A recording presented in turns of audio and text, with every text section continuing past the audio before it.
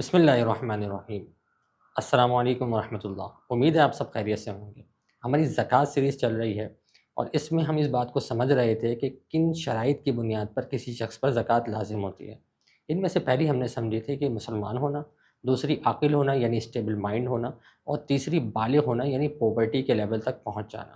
انشاءاللہ آج ہم چوتھی شرط کو سمجھیں گے جو کہ سب سے زیادہ امپورٹنٹ ہے، اور وہ شرط یہ ہے کہ زکوٰۃ کس قسم کے مال پر ہوتی ہے، یا آپ اس کو یوں بھی کہہ سکتے ہیں کہ جس شخص پر زکوٰۃ لازم ہونی ہے اس کی ملکیت میں وہ مال ہونا ضروری ہے جن پر زکوٰۃ لازم ہوتی ہے، جن کو زکوٰۃیبل ایسٹس بھی کہا جاتا ہے۔ وہ کون سے مال ہیں؟ تو اربن ایریاز میں رہنے والے یعنی شہری علاقوں میں رہنے والے لوگوں کے لیے فقط 4 قسم کے مالوں پہ زکوٰۃ لازم ہوتی ہے۔ پہلا سونا یعنی گولڈ، دوسرا چاندی یعنی سلور، تیسرا کیش یعنی روپیہ پیسہ، اور چوتھا مال تجارت یعنی سیلنگ گڈس۔ اور جو ہمارے بھائی گاؤں وغیرہ کے ایریا یعنی رورل ایریاز میں رہتے ہیں ان پر ایک اور ایڈیشن آ جاتی ہے، اور وہ ہے سائمہ جانور یعنی گریزنگ لائف اسٹاکس۔ یہ وہ جانور ہوتے ہیں کہ جن کو دودھ حاصل کرنے یا افزائش نسل کے لیے پالا جاتا ہے، اور یہ سال کا اکثر حصہ فری چارہ چڑھتے ہیں یعنی قدرتی چراگاہوں میں یا جنگلوں میں چارہ چڑھتے ہیں، تو ان پر مخصوص شرائط کی بنیاد پر زکوٰۃ لازم ہوتی ہے۔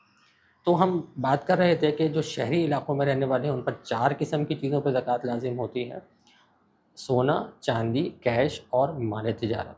اب اگر ان کی کوانٹٹی یعنی مقدار کی بات کر لیں تو سونا ہے 7.5 تولہ یعنی 87.48 گرام، سلور چاندی یہ 612.36 گرام 52.5 تولہ، کیش یہ ایسوسیٹ ہوگا چاندی کے ساتھ، یعنی اتنا اگر کیش ہے جس سے ہم 52.5 تولہ چاندی پرچیز کر سکتے ہیں تو اس پر زکوٰۃ لازم ہوگی، جو کہ آج کل کے حساب سے پاکستانی روپیز کے مطابق 1,76,000 یعنی 1,76,000 بنتی ہے۔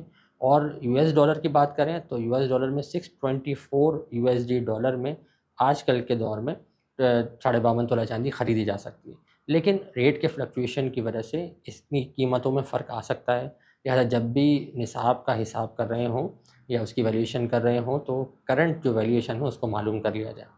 اور جو مال تجارت ہے وہ بھی ایسوسیٹ ہوگا 52.5 تولہ چاندی کی قیمت کے ساتھ، یعنی اگر اتنی ویلیو کا مال تجارت ہے جس سے 52.5 تولہ چاندی آ سکتی ہے یعنی آج کل کے دور کے حساب سے 1,76,000 روپے، تو اس مال تجارت پہ بھی زکوٰۃ لازم ہوگی۔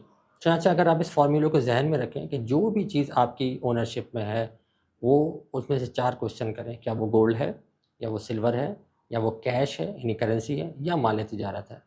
اگر ان چاروں کیٹیگری میں سے کسی ایک کیٹیگری میں وہ فال کرتی ہے تو اس پر زکوٰۃ لازم ہوگی، ورنہ وہ زکوٰۃیبل ایسٹ نہیں ہے۔ مثال کے طور پر اس کو سمجھ لیتے ہیں کہ آپ کی ایک کار ہے جو کہ بڑی لگژری ہے، اور آپ نے اس کو اپنے یوز کے لیے یعنی استعمال کے لیے خریدا ہے، تو کیا وہ گولڈ ہے؟ جواب ہے کہ جی نہیں۔ وہ سلور ہے؟ جواب ہے کہ جی نہیں۔ کیا وہ کیش ہے؟ کیش بھی نہیں ہے۔ کیا وہ مال تجارت ہے؟ کیونکہ آپ نے بیچنے کی نیت سے تو اس کو خریدا نہیں ہے، لہٰذا اس پر زکوٰۃ لازم نہیں ہوگی۔